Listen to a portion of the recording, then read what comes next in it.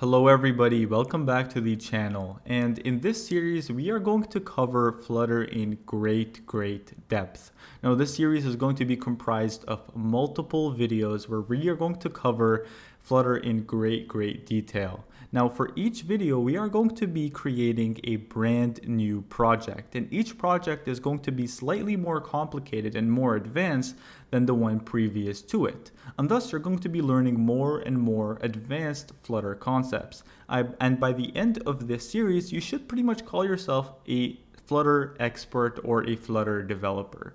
Now in this video, what we are going to be doing is building this application right over here. And this is a very simple bad jokes application. So over here we have our question and then we have our answer. And now you can go ahead and you can click to see the next question. And if you keep on clicking, it can iterate through every single question.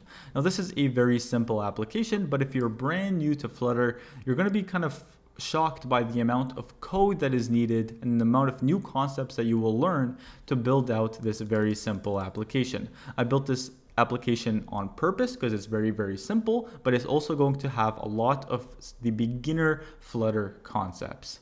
Alright, so that is pretty much it, but now let's just quickly talk about what is Flutter. So Flutter is a framework that is used to build mobile applications. So previously, the way that we used to build mobile applications is that we used to build an application for iOS and an application for Android. And to do this, we're going to have to use two completely different programming languages. So we have Swift over here, and then over here we have Kotlin for Android. And so let's say we wanted to build Snapchat, for instance. Well, we would have two different code bases, one built in Swift and one built in Kotlin. And you could probably see that, well, this introduces a lot of problems. For one, we're going to have to double our development time. And for two, we might have a little bit of, differences between these two operating systems or two devices, iOS and Android.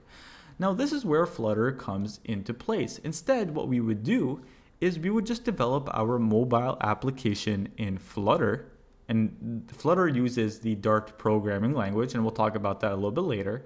And what Flutter eventually does is it compiles it to Kotlin and Swift. So it allows us to actually build Android and iOS applications using just one code base. And that is the power of Flutter.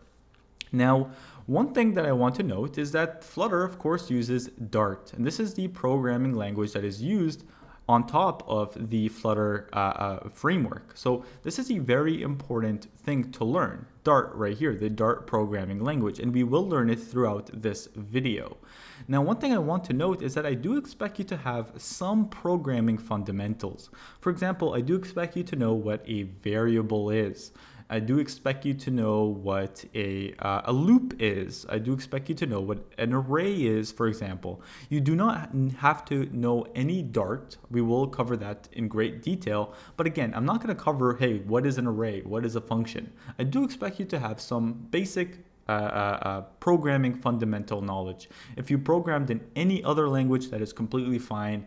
Then you should continue on with this crash course. All right, so over here, we're going to learn all about Dart.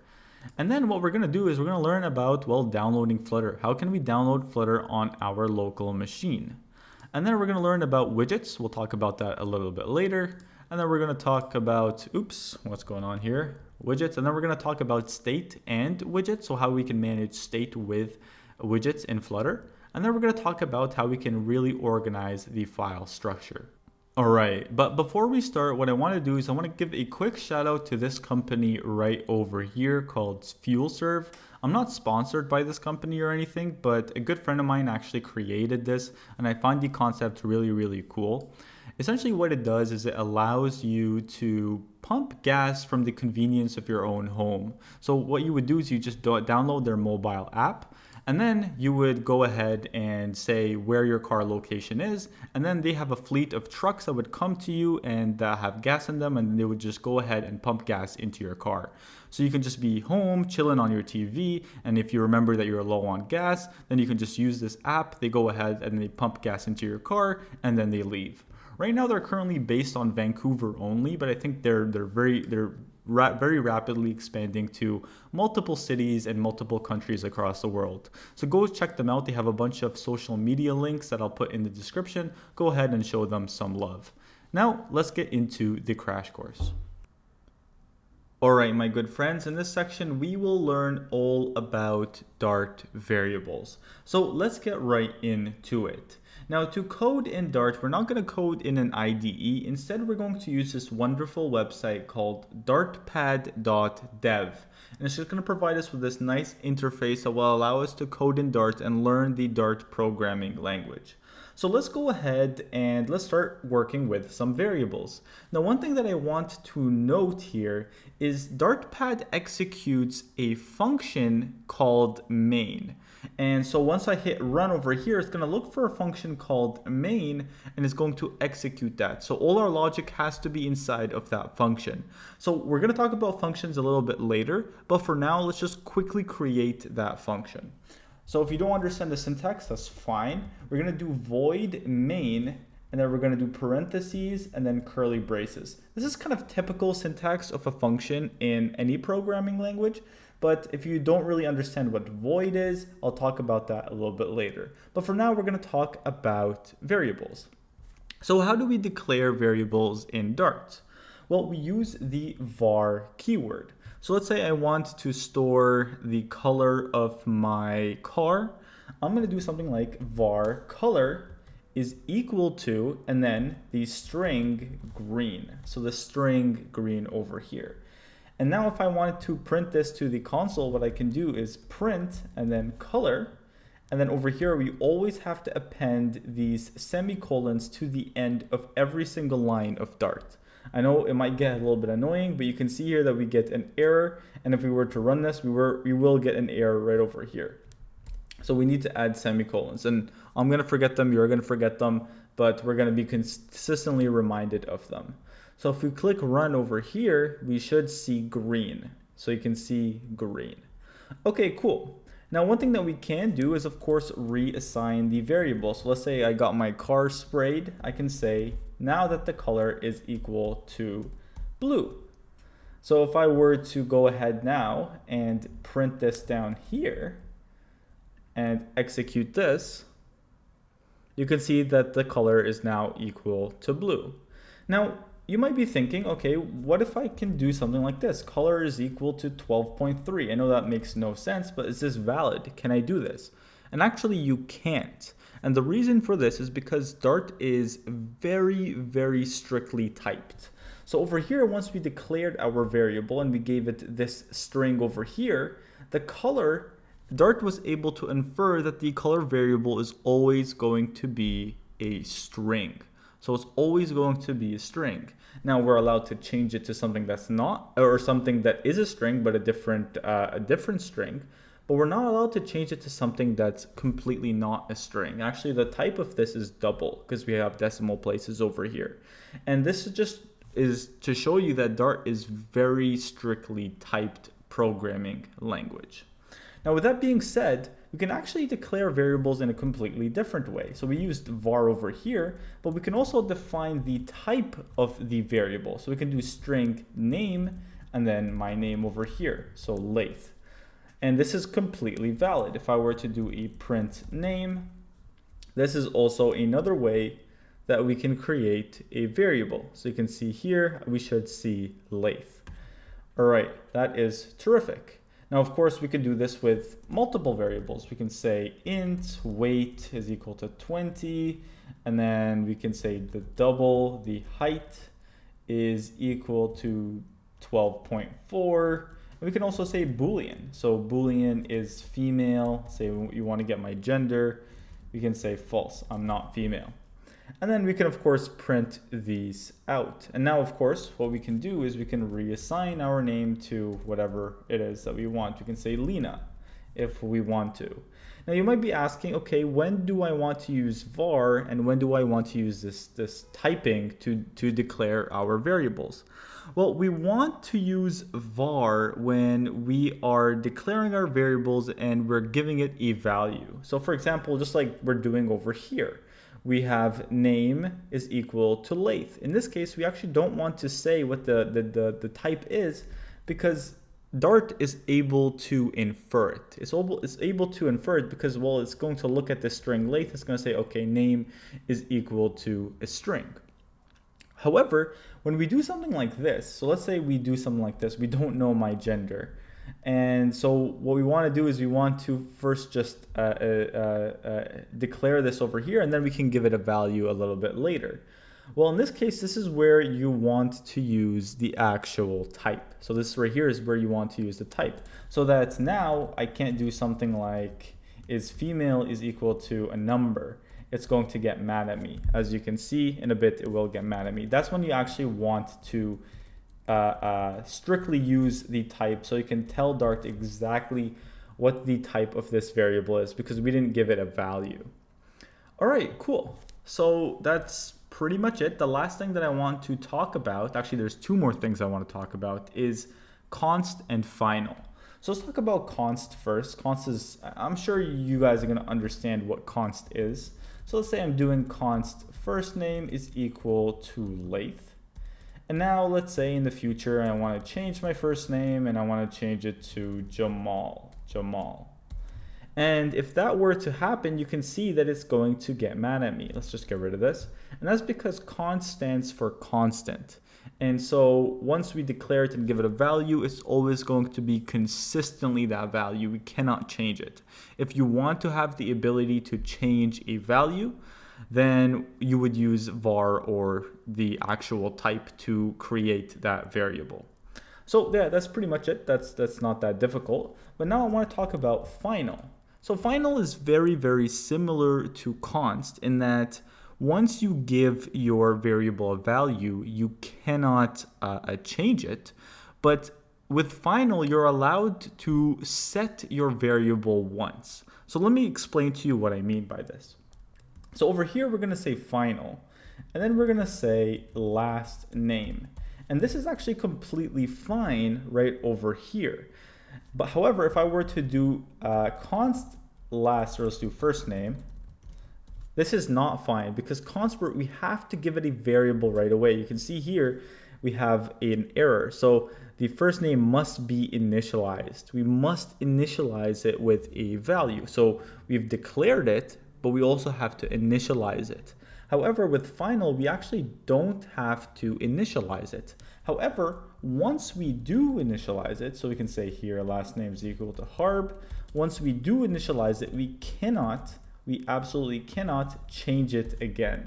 So let's go over here and you can see that it's mad at us. So once we initialize it once, we cannot change it. And that's the difference between final and const. When we declare a const variable, we have to initialize it. However, with final, we can declare a variable, but we don't have to initialize it. But then in the future, we can initialize it. So yeah, that's pretty much it. And one common convention used with final is to also specify the type. So we can say final string last name, because, well, at this point, it has really no idea what the string is. And that way now I no idea what the type is. And now that way I can't just do something like this. It's going to get mad at me. All right, so that is variables. I feel like that was a very simple lesson. In the next section, we're going to learn about functions. All right, my wonderful friends. In this section, we are going to be learning all about Dart functions. Now, Dart functions are actually very similar to most of the other functions that we use in other programming languages. So you know what? Let's just get right into it. And remember, we already created a function, and you might actually be able to infer what this is doing.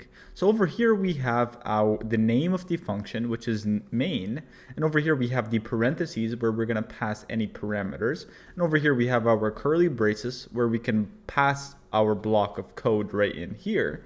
And then what this is what we are eventually going to return from this function. So as you can see here, we're not returning anything. So if we were to do a print, that is going to return void. We're not returning anything, and that's why we're saying we want a function called main that doesn't take in any parameters, that eventually returns void, which is nothing. So let's go ahead and let's actually create another function. And what I want to do is I want to create a function that describes my car. So let's say I have a car that is green and it is a Toyota Corolla and it has a top speed of 200 kilometers per hour. I want a function where I can pass those parameters in, and then it can take those parameters and print a string saying, this is a green Toyota Corolla that has a top speed of 200 kilometers per hour. Very, very simple function.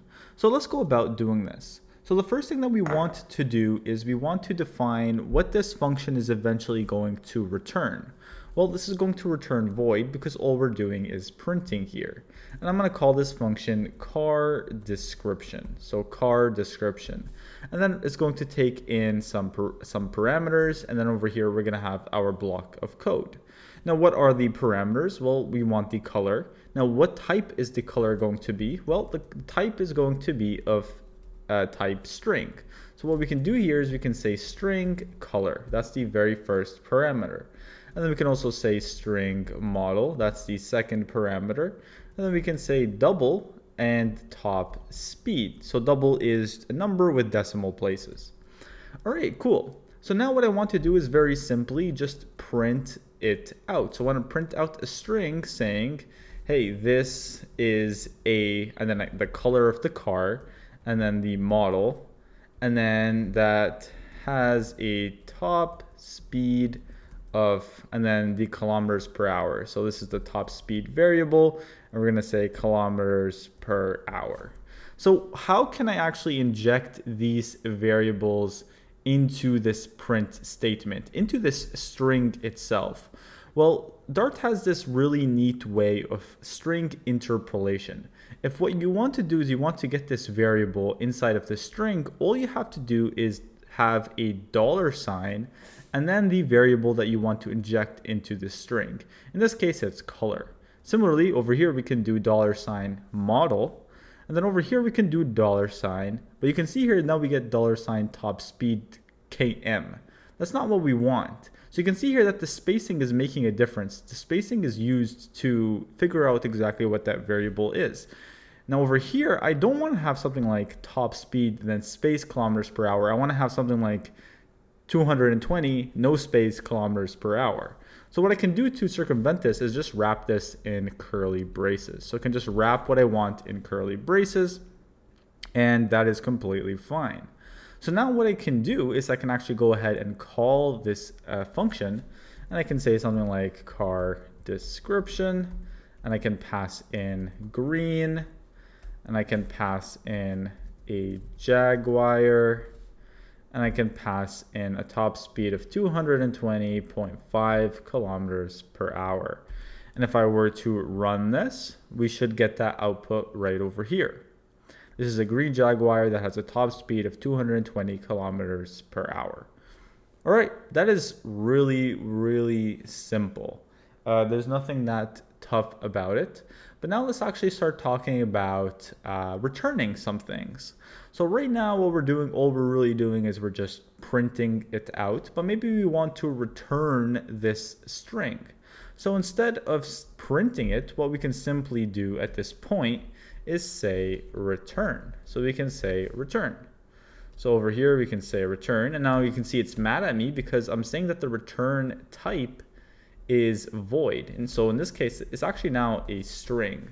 So we can go ahead and we can say that it is a string at the moment. All right, cool. So now what we can also do is, so if I were to execute this, nothing is actually going to appear in the console because at this point we're not console.logging anything. We're just returning the string. So what we can do is we can actually get the car description, store it in a variable. So we can say final my car description. You can use var or whatever is equal to whatever this function is going to return, and then you can print out my car description. So you can go ahead over here and print out my car description. So if I were to execute this, I should get my car description.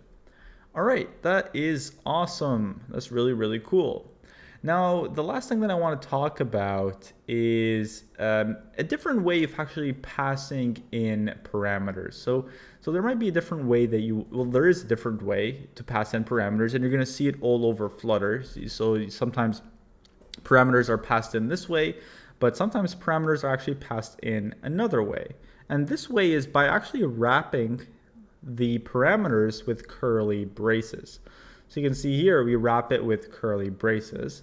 And then what we can do is we can say that over here, we can get rid of color, or we can get rid of the type of it. So you can see here that we have color, model, and then the top speed. And now what we can do actually is right in here, instead of passing it in one at a time, we can say what the variable is. So we can say color, and then color, and then color, and then green, and then model, and that is a jag, and then top speed, and then we can say here is this. And what's great actually about doing it in this way is that now we can actually reorder things. So we can reorder them however way we want, and it's actually just a lot more clear the parameters that we're passing in. And you're going to see this all over Flutter. This is actually an extremely common way of passing things in, not just functions, but also constructors and classes, which we'll talk about in the next section. All right, so that's pretty much it. Very, very simple. Again, a lot of these Dart things we're going to start also covering in the Flutter crash course. I don't want to dwell all too much into Dart. This is not really a Dart crash course, but you don't need to have any Dart knowledge, of course, to take this crash course, because Dart is a relatively simple programming language. All right, with that being said, we're going to actually move on to the last section where we're going to talk about Dart. And I highly, highly suggest watching this section, because we're going to be talking about object-oriented programming, which is something that is highly, highly used in Flutter. All right, my good friends, in this section, we will be talking about a very, very, very important topic known as object-oriented programming. And the reason why this is so important to understand is because it's consistently used in the Flutter framework. So let's go ahead and let's talk about it. So in here, what I want to do is just get rid of everything inside of this void main function. Let's just go ahead and run it just to be sure that everything is gone. And what I want to do is I want to store data about my car. Now, where am I going to store my data about my car? Let's say I want to store the color of my car, the model of my car, and the top speed of my car. So what I could potentially do is I can say var car color, and then I can say the color is green. And then similarly over here, I can say var car model, and I can say that the model is a Toyota. So over here, we're going to say Toyota. And then over here, lastly, we want to say that the top speed, what the top speed of this car is. So I can say car top speed. And I can say that this top speed is 2020.2. All right, cool. So I can do this. But now what if I also want to get my friend's car? So now what I would have to do is I have to say var, I don't know, my friend car color, and put that in a variable. And you can see it's really disorganized, you know, having all of these variables. So instead, what if we actually stored this in a map? Now a map is an object. So a map is the term that is used in Dart. And really what it is an object where we can store closely related pieces of information into actually one variable. So instead here, what we can do is, instead of having all of this, we can say something like const my car. And this can be equal to a set of curly braces. And over here, the curly braces are going to have key value pairs. So we can say color is the key, and then the value is green. And then we have a comma to separate the next key value pair. So we can say model is the key, and then Toyota is the value. And similarly over here, we can say top speed, and we can say 220.2. And over here we could do a colon. And you can see here that now I'm actually storing my information in a lot better way. And now if I want to actually store my friend's information, I can just go here, const my car, and then I can say something like, I don't know, friend's car, and that is equal to, well, this over here. So cool. So that right there is known as a map, and it's actually a much better way of storing our variables. You know, all these closely related information, we can actually store them into one variable through this key value pair through the map. Now let's say again, what I want to do is I want to eventually create a lot of different objects. So what if I want to create description for my car, as well as a map for my friend's car, and a map for my other friend's car, and a map for my other friend's car? I could create a function that does this for us, and this is known as a factory function that's going to manufacture these objects, or maps rather. But there's actually a better way of doing this, and that is through classes. So let's actually talk about classes right now. Let's get rid of this. And what I'm going to do is, outside of this void function, because for some reason it doesn't work inside of the void function inside of Dartpad, I'm going to create a class, and I'm going to call this class vehicle. So I'm going to call this vehicle class, and what this class is going to do is it's going to construct that map for me. But what I have to, of course, do eventually is define what those key value pairs are going to be. So I can say color, and then I can say var color is equal to blue. And similarly, I can say var model is equal to Toyota. And then over here, I can say var top speed, and that's equal to 130.4 or 130.4. And now what I can actually do, and sorry, this should be a string over here. And now what I can actually do is create that object for me. So over here, what I can say is I can say var my car, and over here I can instantiate this class to create that map for me. Sorry, I use object and map interchangeably. They're really the same thing. So I can say here vehicle, and it's actually a common convention that this is always going to be capital case rather than the convention that we've been using, which is camel case. And then we're going to instantiate it. And we instantiate it by providing these parentheses. And now what we can actually do is, let's go ahead and print my car, and we can go ahead and print my car dot color if we want it. Or we can go ahead and print my car dot model. And so if I were to go ahead and do this, you can see here that we get blue and Toyota. And now what's great about this is if my friend also has a car and I want to store it in this variable, let's say my friend is Darren, so I can say Darren car. I can also say is equal to a vehicle. And now similarly I can access the color of his car as well as the top speed as well as the model. So we can say Darren car dot color, and we can go ahead and actually print this, and we should also see blue over here. But currently there's actually a problem with the way that we're doing things.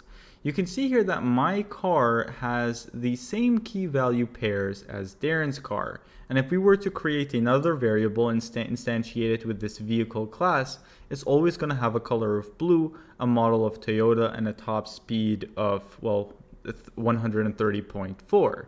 And this is obviously not what we ultimately want. And that's because I'm going to have a different car than Darren, and Darren's going to have a different car than Melissa, etc. And so how are we going to change this so that we can dynamically pass in the color, model, and the top speed? Well, we can do this through constructors. And let's actually go ahead and let's do that right now. So instead of actually declaring the value and initializing it, declaring the variable and initializing it to a particular string, what we're going to do is we're going to do the other approach, just declare the value, but we're not going to initialize it. And what we're going to do here is we're going to say final, and then we're also going to define the type. So what we're going to do is we're going to declare it, but then we're only allowed to initialize it once. So we're going to say final And then over here, we're going to say final string model. And then over here, we're going to say final. And then we're also going to say double. All right, now you can see that there's a bunch of errors here, and that's because, okay, we declared it, but we have to initialize it somehow, some way inside of our class. And to do this, we need to use a constructor. And so what this constructor is going to do is going to take in anything that we pass in right over here into these parentheses and actually set them to these values right over here that we have declared. So the constructor is always going to be exactly the same name as the class. So we're going to say vehicle, so vehicle, and then we're going to have parentheses as well. And this is the constructor. And let's put in a semicolon. Now inside of this constructor, what we're going to do is we're going to pass into it the color, the model, as well as the top speed. So let's go about doing that right now. Now, similarly to the function, we can actually pass things into it using two approaches, using either just passing it into it one at a time or using the curly bracket approach. And that is what I am going to do. Now, what I want to do is I want to pass in the color, and then I want to set that color to be equal to the color variable that we have declared over here. Now to do that, we're going to have to use the this keyword. So what we're going to say is we're going to say this dot color. Now this might not make a lot of sense to you, but here what we're doing is we're passing in a variable called color, and then we're going to take that variable and we're going to initialize this dot color. Now what does this refer to? Well, this refers to the class itself. And then over here, we have this color variable. So this class's color variable is going to be what I pass in over here. Now, one thing that we have to note is we have to say that this is going to be a required field, because we could optionally pass it in, but we have to say that this is required so that we ensure that this variable gets initialized. Now, similarly over here, we can say required this dot model. And then over here, we can also say required this dot top speed. And that's pretty much it. So you can see here that it is completely happy. But now what we have to do is when we actually instantiate it, we have to pass in all of the data. So over here, we can say color is green.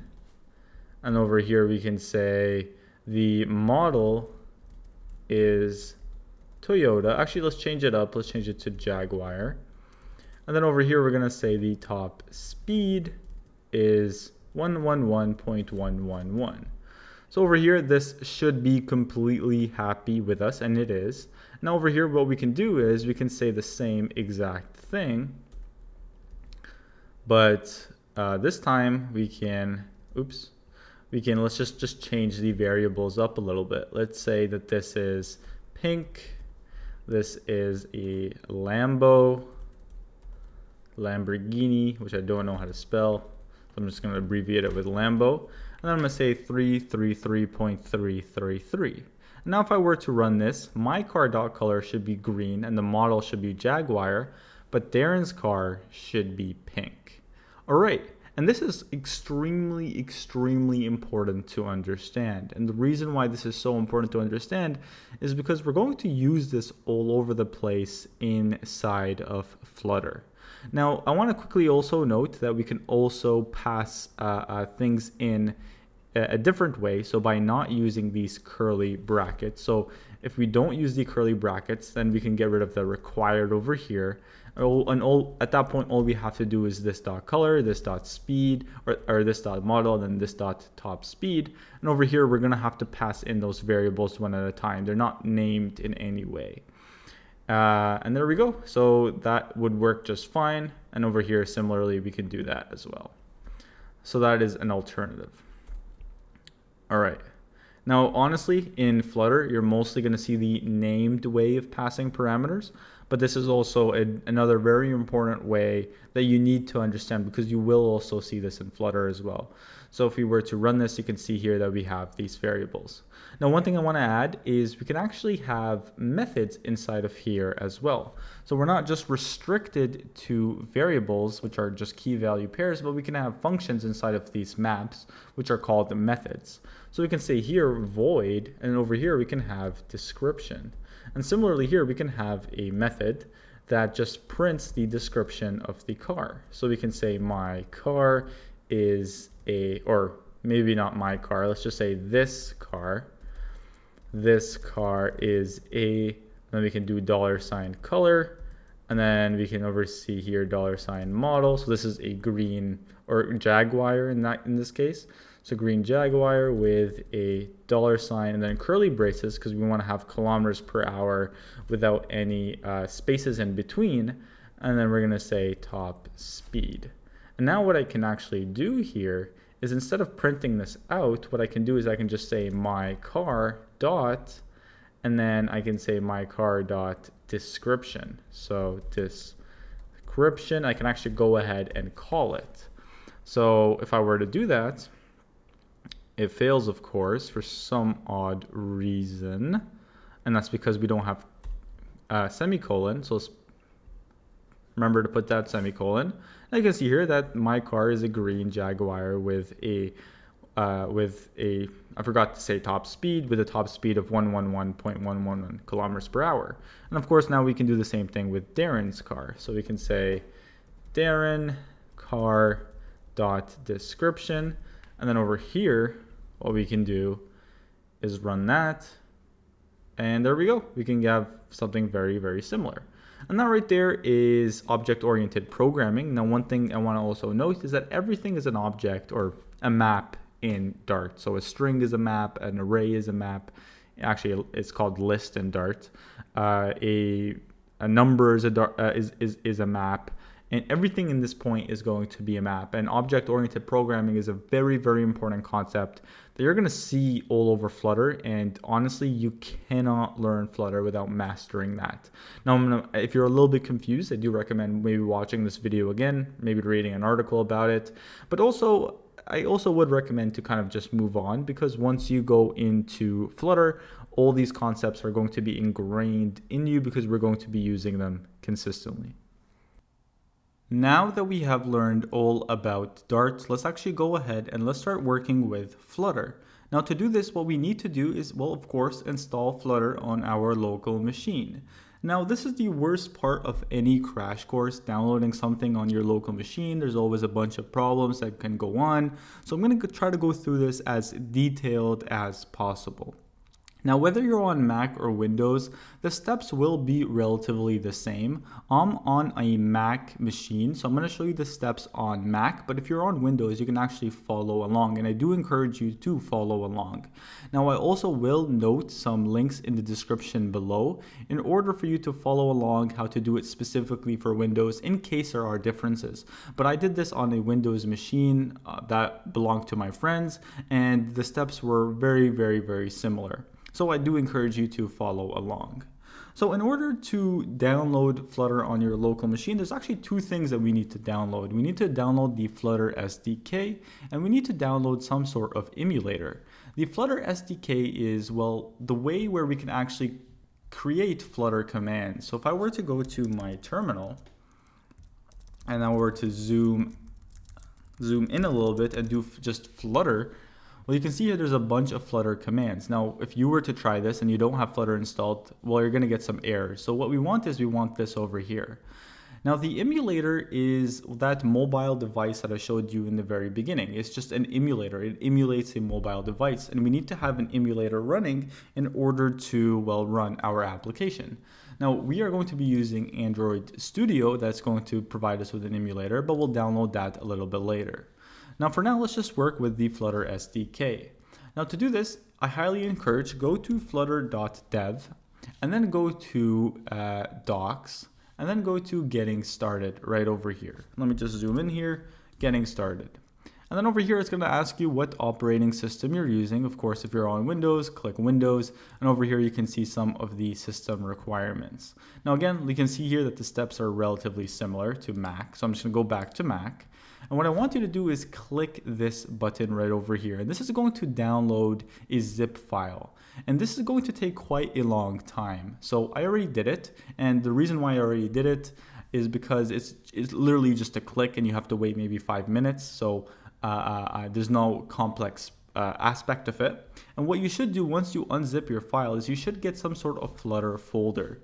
Now I stored this Flutter folder. Let's go to my Finder. I stored this Flutter folder right inside of my document. You can really store this wherever it is that you want. Let me just zoom in here. I stored it inside of my document. Now what you want to do is go inside of your Flutter folder, and you can see here there's this bin folder. And this is where all of the executables are going to live, inside of this bin folder. So what you need to do somehow is in your local machine, tell it that, hey, we want you to know all about Flutter that is inside of this bin folder. So to do that, what you would have to do is let's open up your terminal and then do cd and then tilde to go to your root directory. Do open dot, and then in here, you might see a bunch of different files and folders. You might see something like this actually, something like that. And what I want you to do is to expose all of the hidden files. Do that, do command shift dot. And then I want you to find this file right over here, the .zshrc. This is a very, very important file. If you do not see this file, just go ahead and create it. .zshrc. Click on it, and then in here, let's zoom in here a little bit. What you're going to do is you're going to provide the relative path to the bin. And what you can do to actually find that is move into that directory. So go into documents, then go into Flutter, and then go into the bin, and then do pwd if you're on Mac. If you're on Windows, I recommend using git bash so you have access to all these commands. And just copy this. And over here, just do export path is equal to quotes $path colon the path to your bin, and then close quotes. And I'll have this in the link in the description below, so you can just copy and paste this. Now, once you do this, and this is really all you have to do, once you do this, you can actually open up your terminal and say Flutter. And I recommend actually closing any existing terminals and opening up a new one. And if you see this over here, then you are successful in downloading the Flutter SDK. And now what we can actually do, if you want to, move into whatever directory you want to create your Flutter project in.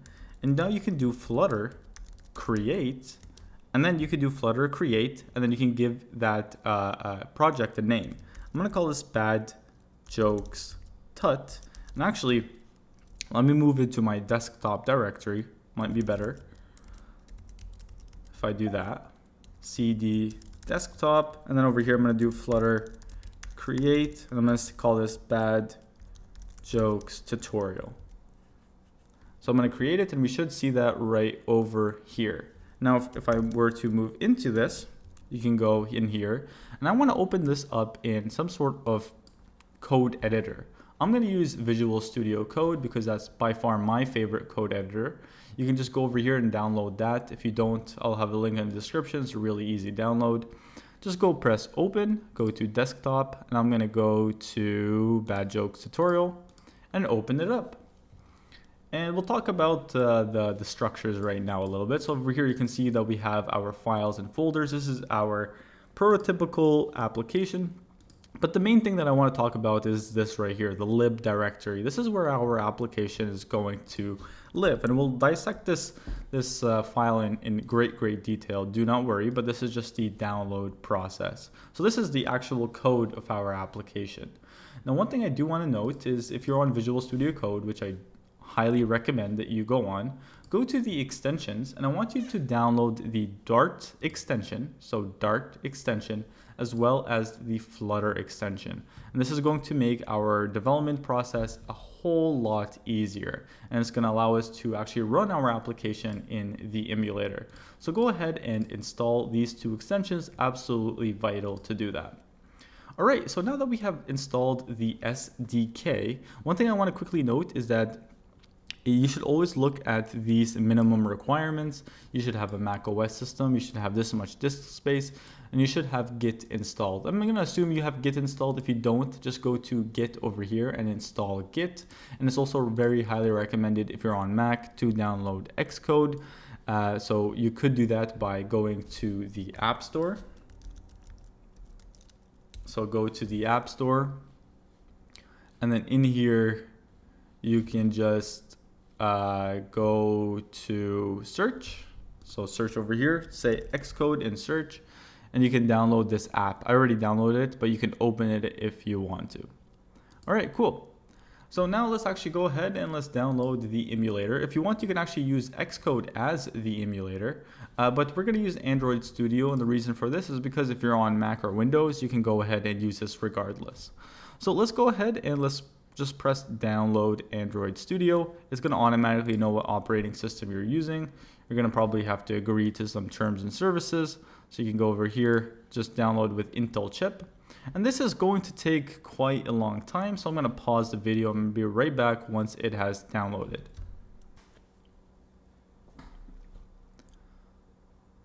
All right, so it has finally downloaded. So I'm going to quickly go ahead and click on it. And it's going to do some verifying steps. This might take some time, and there we go. So it's finishing. And we should get this UI over here. So now what we can do is we can just drag this into our applications folder. And this may take, well, it says 10 seconds. So hopefully it does take that long, or yeah, around that long. Okay, TikTok, come on, there we go. So now we have actually, we put this in our application folder.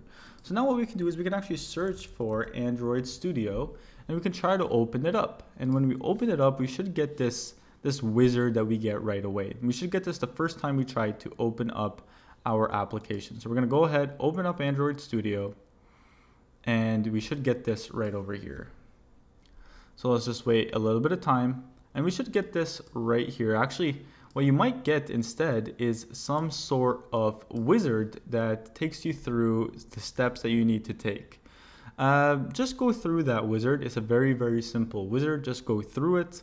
And at the end, you should get some page that looks like this over here. And now what I want you to do is I want you to go to more actions, and I want you to go to AVD manager. This might be really, really small, but it's the last thing of the list.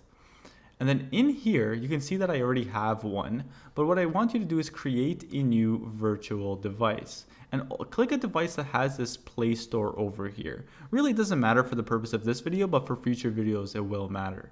So just click on any one of them, click on Next, and then click on the R, the most recent one. If you don't have it, go ahead and download it. It might take some time. And then click on Finish. And once you click on Finish, it's creating it, and you should have this emulator up and running. Now to get this emulator up, what you can do now is just simply click this button right over here. So you can click this launch button, and it will run this emulator. So you can see here we have this emulator up and running. And so once this emulator is up and running, what we can do is actually start out our application. So let's go over here, and let me just close that for a second.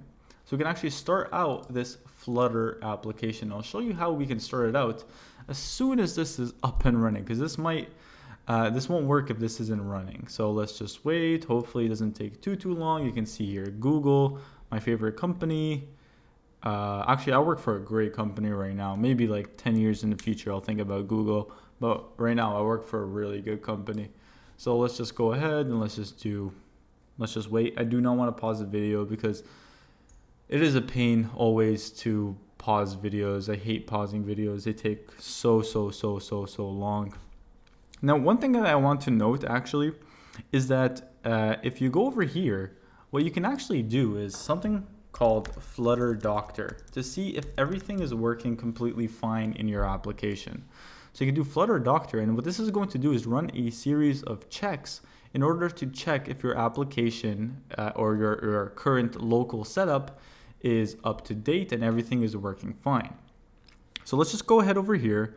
Let's just wait for all the details to come. They might take some time. It's really being slow today. So let's just wait. It seems like it's, you know what? It seems like it's, oh, there we go. Okay. So you can see here, okay, check this. It's completely happy with this. And there's going to do multiple other checks. Now, if you ever get an X, what it will do is actually show you how to fix the solution. And that's what I love about Flutter Doctor, is that it checks your setup, and it also checks if there is a solution to your problem, and it gives you a solution to your problem. Now we have our application up and running. Now the thing is, I want to do Flutter Doctor before I actually get this application up and running, because you might actually run into a few issues. So I'm wondering why this is taking so long. I might have to pause the video in order for this to actually stop, and that's what I'll actually end up doing. Alright, so once you run the Flutter Doctor command, you should see something that looks like this. You can see here that there's a lot of problems, and if you're running your application on Android Studio, which we are, we're just going to look at some of the Android Studio problems. We're not going to worry about the Xcode problems. However, if you do want to run the application on Xcode, then well, you have to resolve this problem. So over here you can see that CocoaPod is not installed, and you can see here that it tells you why we need CocoaPod and how to install CocoaPod. If you want to run it as a web browser, you can see here that I have an error with Chrome.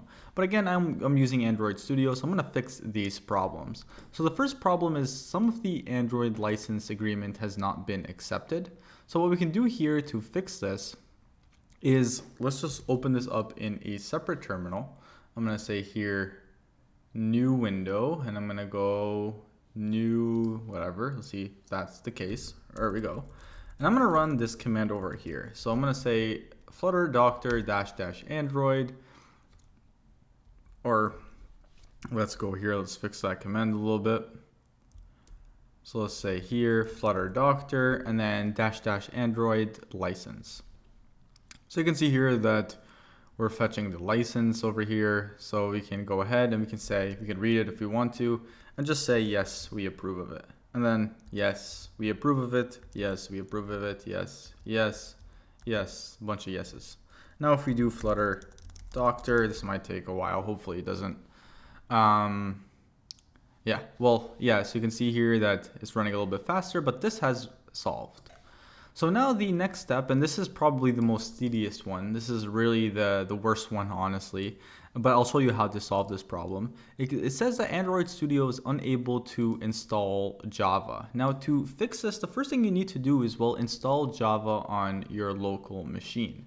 So go ahead and install Java on your local machine. Just go to java.com. And I believe you should be redirected to this Java web page, and just install this on your local machine. And once you install this on your local machine, I'm going to refer you to this Stack Overflow page right over here that's going to resolve this problem for you. I'll still go through it with you. I'm going to accept all cookies. And I'm still going to go through it with you. So the first thing you want to do is go here to the solutions, and then go here, right click on this so you can open up this new tab. And what you need to do is in your terminal, once you install Java, execute this command right over here. So inside of your terminal, execute this command, and you should get this output right here.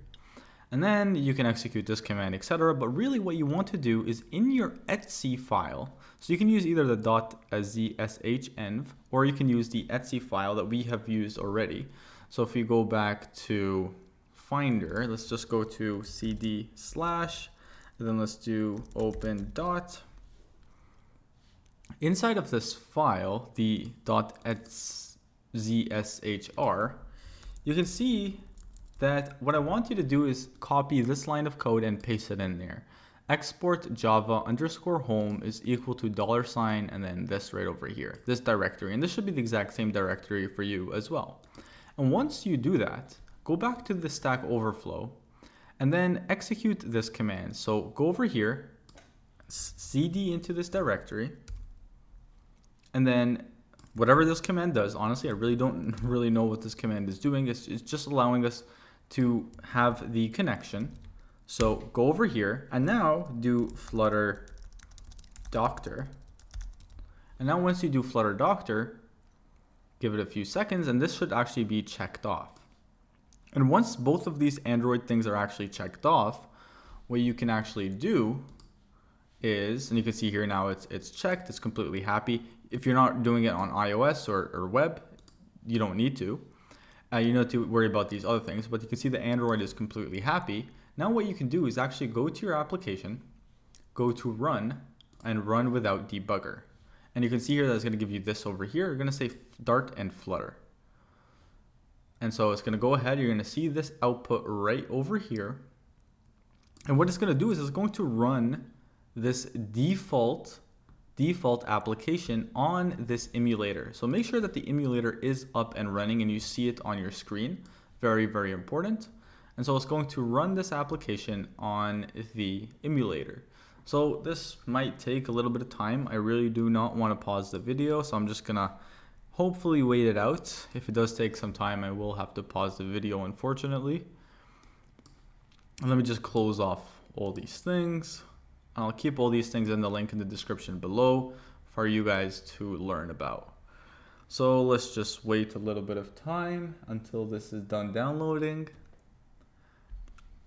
Again, I do not want to pause this video, so let's just wait it out. But this Stack Overflow is very, very important, so I'll have the link in the description. And I'll also have the link to everything else here that we did right here, because we did quite a bit of things today and we downloaded quite a lot. The Java install is relatively easy, but if you don't know what's going on, I can just go through this. I can put a link in the description below for you to download Java. I'm just stalling here because the initial startup always takes quite a bit of time, so I might have to pause this video and wait. I guess I will. I'll just stop it. Alright, so now our application is up and running, and it is running this Dart file right over here. And if you go to the emulator, you should see the app. And it's just a simple counter app. And you can see here that we can click on the counter and it changes. Awesome. So now in the next section, we're going to actually go ahead and start manipulating this app to build out our application. All right, now that we have gotten the hardest part out of the way, let's go ahead and let's start doing some code in Flutter. Now, before we do this, we need to understand a very, very important concept in Flutter known as widgets. So widgets are little pieces of UI that we are going to combine together to build our complete application. Let me go ahead and explain. So we want to build a bad jokes application, and maybe what we want is a app bar. Well, in that case, we are going to add an app bar widget. And so that right here is an app bar widget. Now later on, we might want to have some content right here in the body. Now to do this, what we're gonna do is add a center widget. Now Flutter has a bunch of different widgets and you don't have to know exactly what they do at the moment. We're gonna go through a lot of them, but you can probably imagine that the center widget is going to center the content within it right over here. Now within the center widget, we might want to add a text widget. And then we might want to have some floating button widgets right over here. And that is going to comprise our whole application. So you can see our application is made up of a bunch of widgets that are going to be working in conjunction together. For example, over here we have the floating button widgets. And when we click on these floating button widgets, it's going to change the text in the text widget. So there's going to be some communication between these widgets. Now, one thing that I also want to note is that we are going to have widgets in a parent-child relationship all the time. For example, over here we have our center widget, and this is going to be the parent of the text and the floating button widgets, because the text and the floating button widgets are nested inside of the center widget. This is a very, very important concept. We're going to have a lot of parent-child relationships. And also, over here you can see that we have sibling relationships. All right, enough of that. Let's actually go ahead to this demo application that they already built out for us, and let's just start looking at the multiple widgets that they have.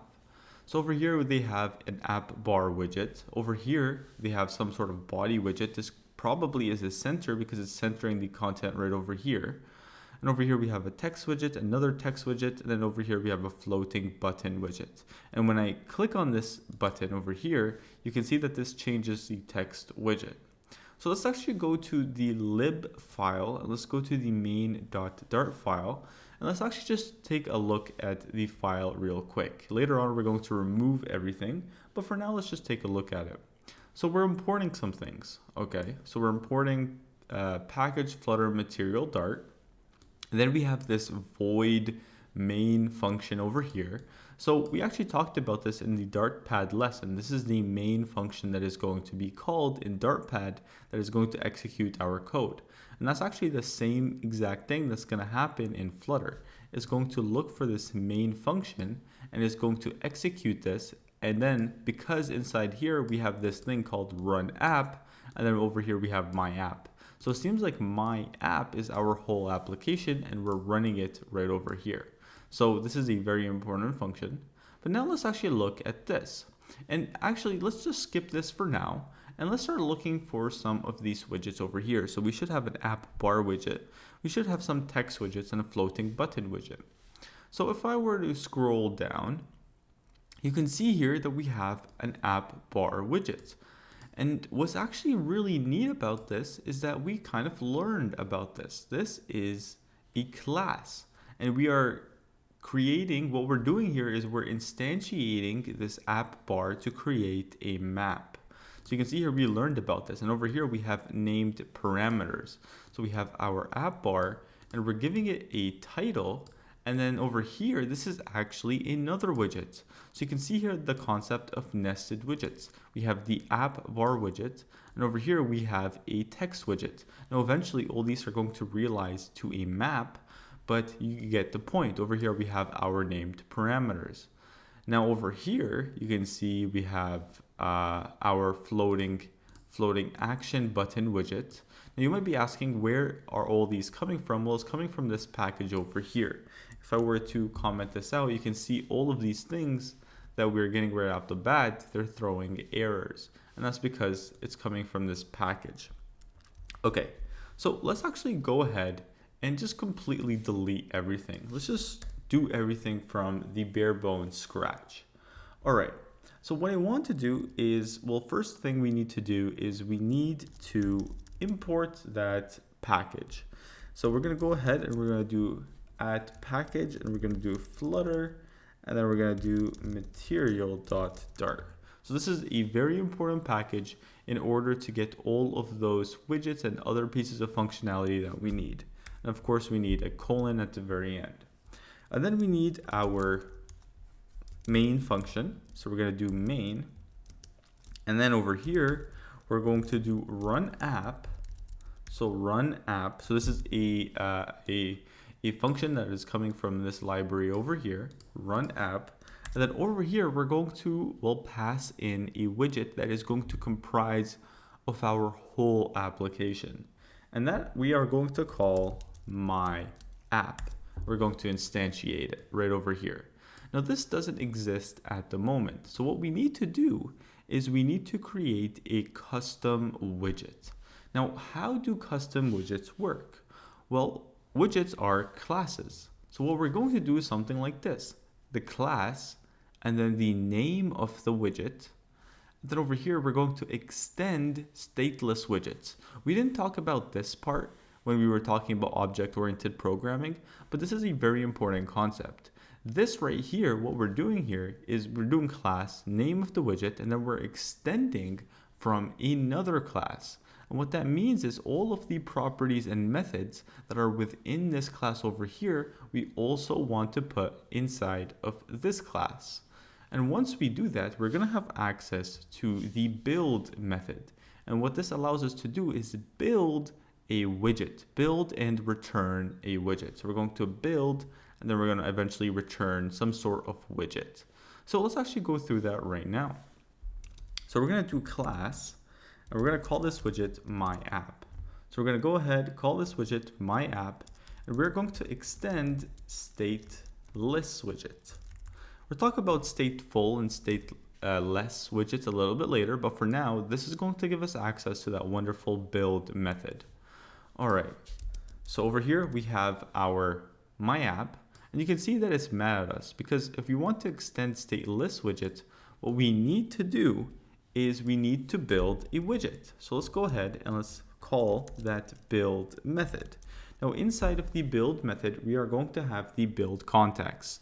Now for now, we won't talk about that, but don't worry, we'll talk about it a little bit later. So over here we have the context. And of course, what we need to do is also specify what the build context type is. Now there's a default type over here that's coming from this package. Again, if I were to comment this package out, you can see that everything is mad at me. And over here, now what I can do is I want to go ahead and build a widget. Now this is eventually going to return a widget. So let's actually specify that we are returning a widget. So widget, if I were to spell that correctly, let me just make sure the spelling, I always mess up the spelling of widget. There we go. So what we want to do is we want to return a widget. Now we can't just return any widget for our whole application. It actually has to be a very special widget that is able to comprise of our whole application. So you can see here that we have my app. So this widget that we're running in the my app function, it has to have a very special widget as the parent.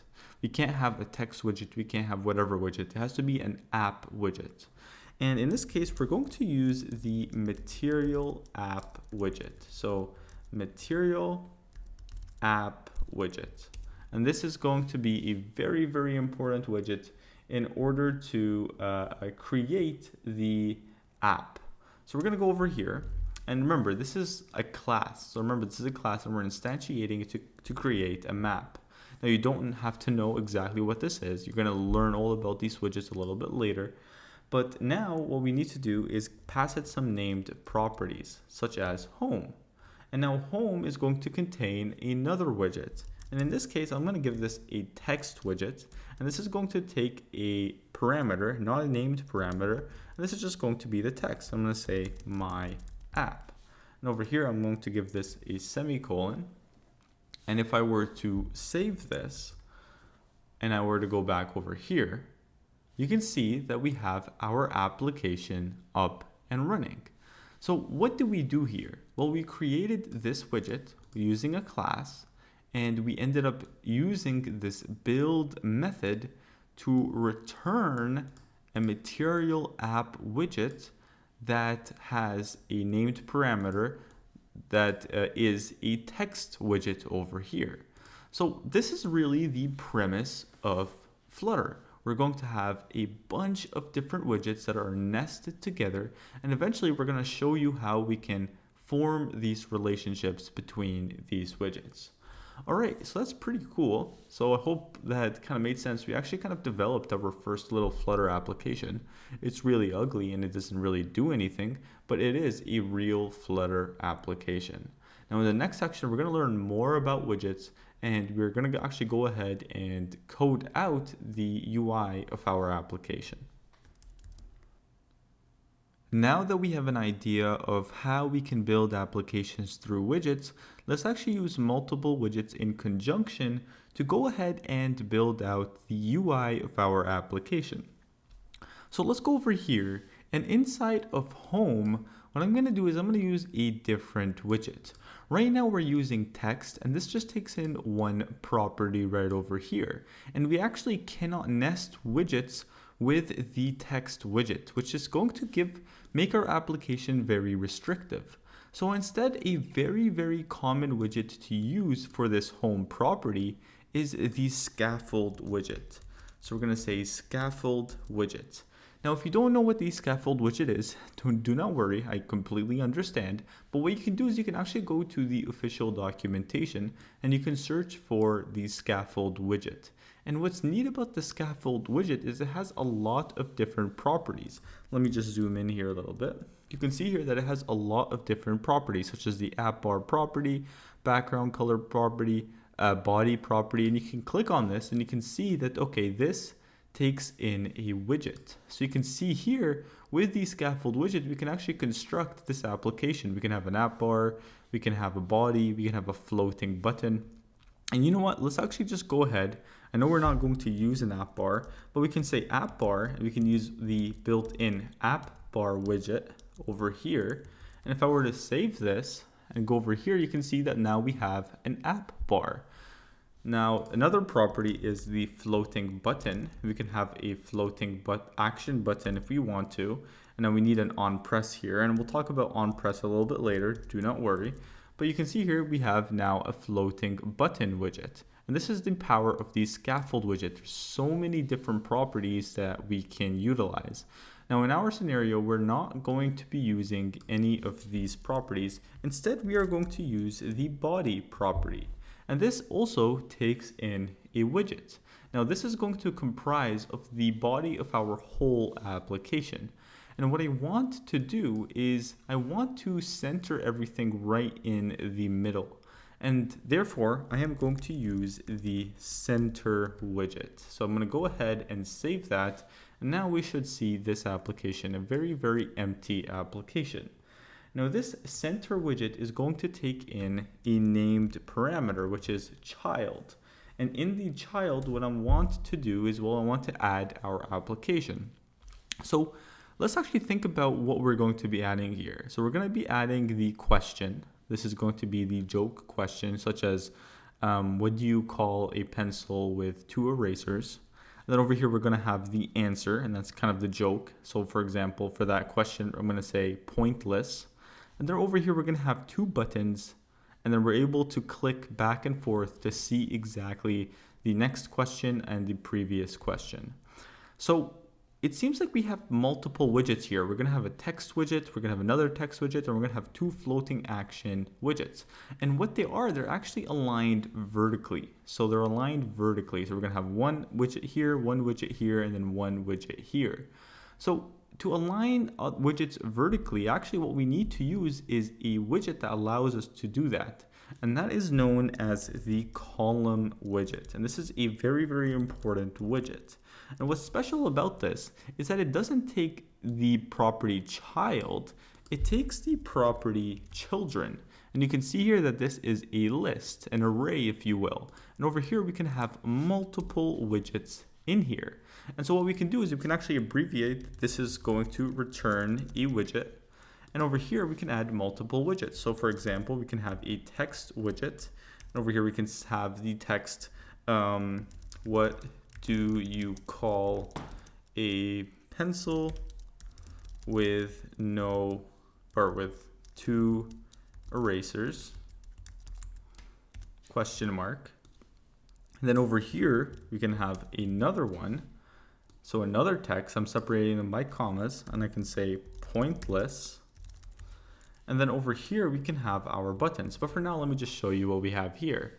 So you can see, you might not be able to see it, but you can see right over here, we have the text. And then over here, we have the pointless right over here. Now you might be thinking, okay, why in the world is this not centered? Aren't I using the center over here? Well, yes, you are using the center, and it actually would work if you weren't using the column. Let me just show you, for example. Let me just get rid of the column for now, and let's just append a text over here. I'm just gonna say hello. Now, this right here is actually centered right in the middle. However, when we use a column, the column is actually going to take the whole span of the center. It's going to take the whole height and width of this center widget. And thus, everything that is within it is going to be located at the very top. So what we can do is actually we can change the alignment of these particular widgets. So you can see here the widgets are now aligned at the very top. What we can do is we can change the alignment of the widget. And what we want to do is we want to change the main axis alignment. So right here we have this main axis. The main axis of the column is this axis right here, the y-axis. And we want to change the alignment of those widgets to be in the center. So what we can do at this point is we can say over here, there's another property called main axis alignment. And what this is going to take is main axis alignment, and this is an enum value that we get from the Flutter package over here. So we're going to say main axis alignment and then dot center. And if I were to save this, you can see that now it is all fine and dandy and centered. So now what we need is, well, we need those buttons. So over here, what we can actually use are some, I don't know, maybe we can probably use some floating action buttons. So let's go over here. We're going to say floating action button. Now a very, very important property that we absolutely need is an on pressed. And this is going to, well, it's going to, well, do some sort of action on press. For now, we're just going to say null, meaning that, hey, we don't want to do anything when this button is pressed. So we can go ahead and we can save this. And now we have this button right over here. And now let's actually go ahead and let's add another button. So let's go ahead and let's add another button. Now this isn't really what we wanted, but however, this is actually what we have specified. We have a column over here. So we have this column, we have a text, we have a text, we have a floating action button and floating action button. What we actually want is we want our text and then our text over here. And then we want these two buttons to be in a row. Well, there's actually a widget for that called row. So what we can do is similarly to this column over here, we can say row, and then over here, this is going to take some children. And then over here, we can append or we can pass in those two widgets. So now we have a text, a row, and then inside of the row, we have these two widgets. Now you can see here that they're off to the left. Now to fix that, we're going to center it in the main axis. The main axis of the row is the x-axis. So, well, that's exactly what we want. So we're going to go over here, and we're going to say as another property, so as another property, let's actually indent this a little bit. So as another property, we're going to use the main axis alignment. We're going to use the enum value that we get from this package. And we're going to say dot center. You can see here that now it is nice and centered. And one last thing that I actually want to do is add these icons. So the next and the left icon. So how do we do that? Well, inside of the floating button, what we can do is, well, pass in another named property. And this is going to be, well, the child. So it's going to take in a child. And within here, we can have text if we want to. Doesn't matter. So you can see here text. You can add in whatever it is that we want. You can see here that it changes. But I want to use an icon. For this, there's actually another widget called icon. Let me scroll up here a little bit. And hopefully you guys are not getting overwhelmed. I know there's so many widgets out there. Just follow along. Don't worry about all of the other widgets. Just follow along with this project and all of the future projects, and believe me, you're going to be very, very comfortable. And later on, you're just going to pick up on widgets very easily. You're going to search for a widget and you're going to pick it up. The whole premise that you need to really learn at this point is that our application is comprised of multiple widgets, and each widget is going to be creating an instance of a map. And it's going to have multiple named properties, and we can have nested widgets. That's really all you have to understand. So over here we have this icon widget, and this icon widget is going to take in an icon. And we can actually get a bunch of icons from icons. This is a enum value. And so we can say icons and then dot. And over here you can see, hey, we have so many different icons. You can pick whatever icon you want, but I'm going to use arrow right rounded. This is the icon that I actually like, arrow right rounded. So you can see here that we have our icon. Now I actually misplaced it, so this actually should be left. And over here, we can actually do the exact same thing. So let's go ahead over here and let's fix this issue. Let's take the child, and this one should be right. So let's save that, and now you can see we have our very, very simple UI of our application. Now, to be honest, this doesn't look very pretty. So in the next section, let's actually go ahead and make this a little bit prettier. We have built out the UI of our application, but at the moment it's relatively ugly. For example, we want to increase the sizes of these texts. We want to have some spacing and margin between them. It's not a very pretty application. So let's go ahead and let's talk about how we can style these widgets accordingly. So the first thing that I want to do is let's get the easy things out of the way. I want to increase the size of some of these texts. Well, let's actually go to the text widget and let's start exploring how we can do that. Well, we can do that through, and let me just go over here, through some other named properties. So we have this one property that's going to have the text of our widget, but there's other properties that we can utilize like style. Now, style doesn't exist in every single widget, but it does in the text widget. Now, what this is going to take in is a text style, and this is, remember, going to eventually create a map for us. And over here you can see here that we have multiple different properties that we can utilize. So let's go over here and let's enter, and what I'm going to do is I'm going to enter as well some text styles that I eventually want. Now, what do I want? Well, I want to increase the font size a little bit. So not surprisingly, there's actually a property called font size. And over here, what we can do, and let's actually add this comma over here so we can get rid of this error. We can just add whatever size we want. I'm going to use 27.5. Really, you can just play around with it and figure out what size works best for you. And now you can see here that, well, we have our widget or our text, and it has increased in size. Now, eventually what I want to do is I want to actually center everything right in the middle. So I want to align the text in the center. And you might be thinking, okay, well, we can probably use some sort of text alignment in these styles. So let's go back over here. You can probably use some text alignment in these styles. Actually, this is going to be located outside of the styles, inside of the text property itself. So over here, we're going to say text align. And then this is going to take in a text align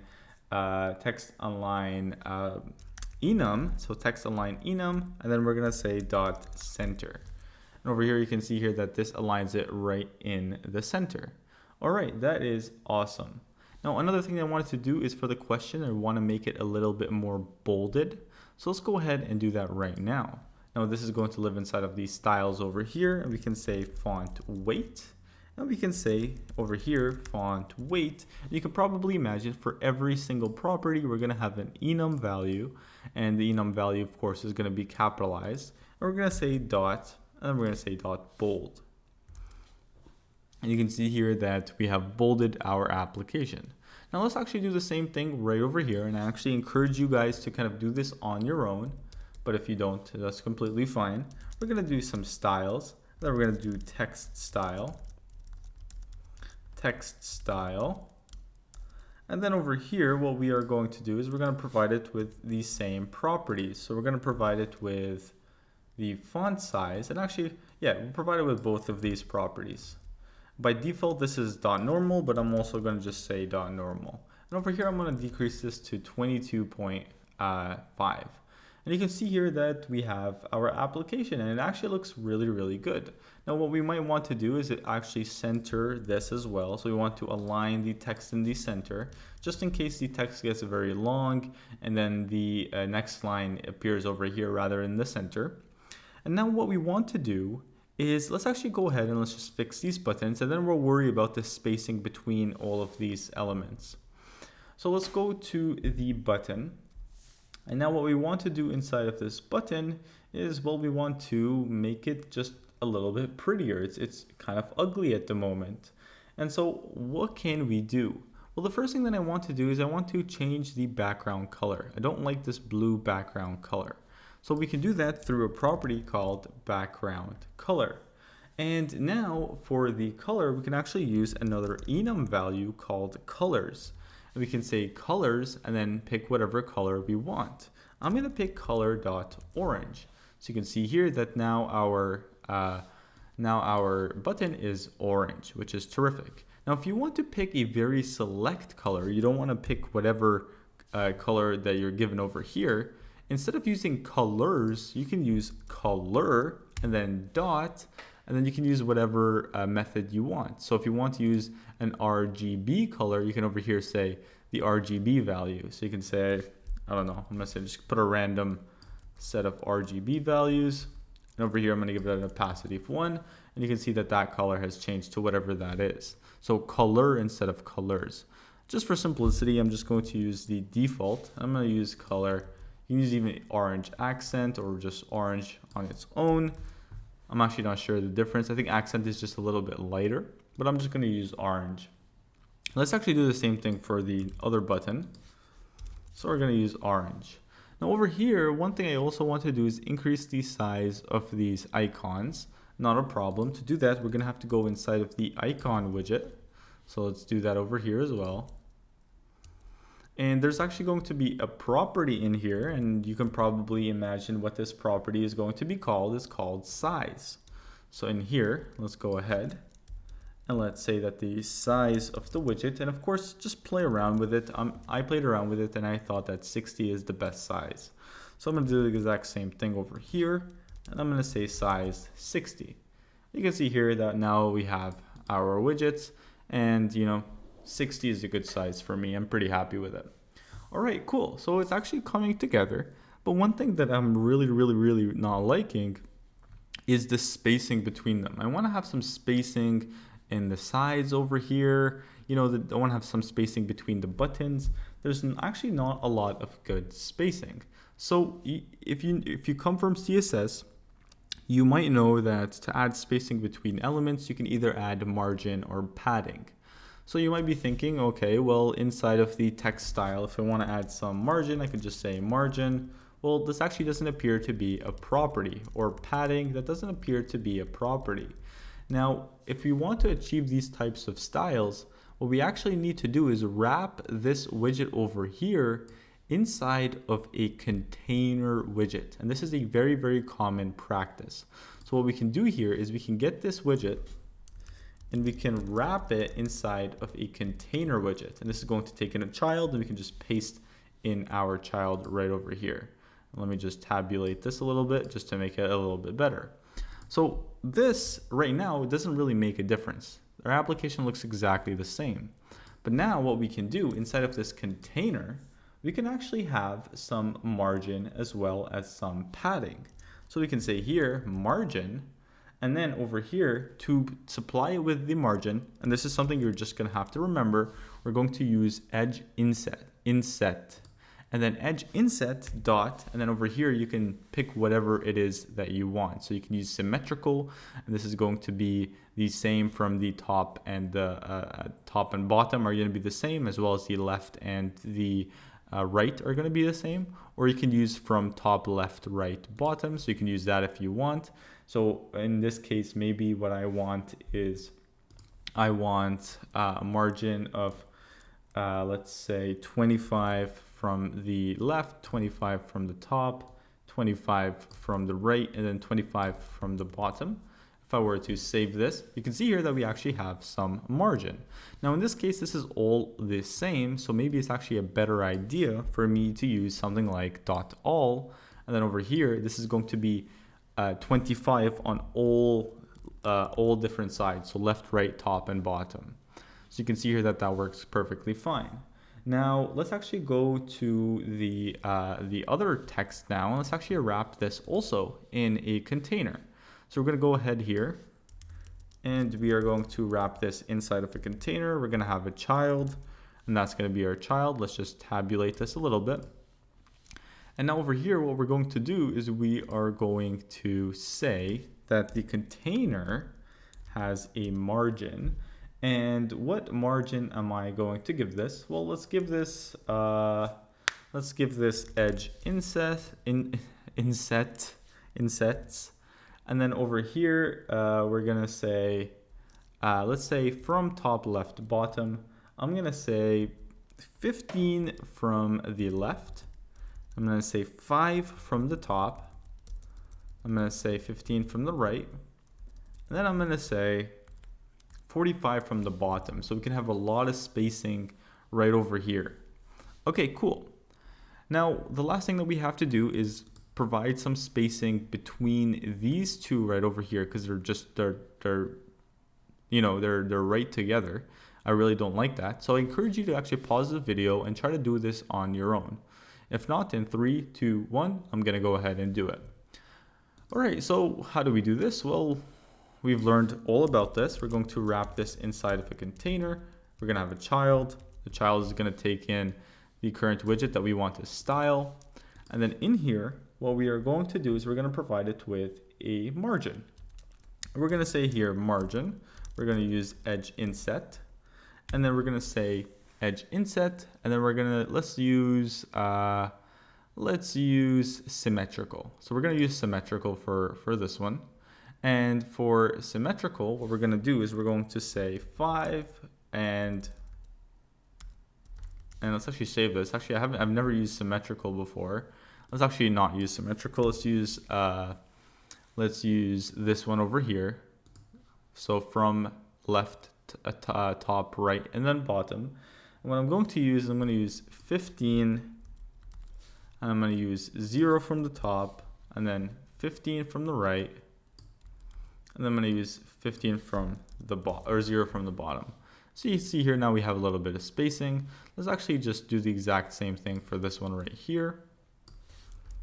And so now we're going to have the container, and then we're going to have in here the child. And then let's go ahead and let's paste that a little bit. And then over here, let's just copy and paste the margin. We're going to have the exact same margins. So let's go ahead here. Let's save that. And now we have a little bit of more spacing right over here.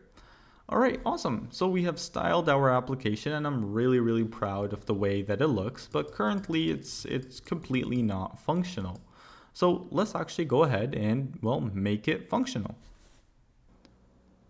Now that we have built out the UI of our application, we need to make our application functional, because right now we can't really do anything. We're kind of stuck over here.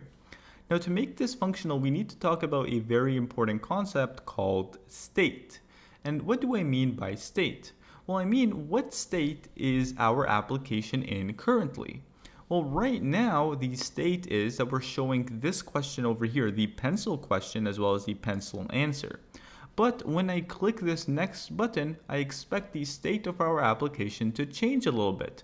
I expect it to change in a way that we have a different question and a different answer.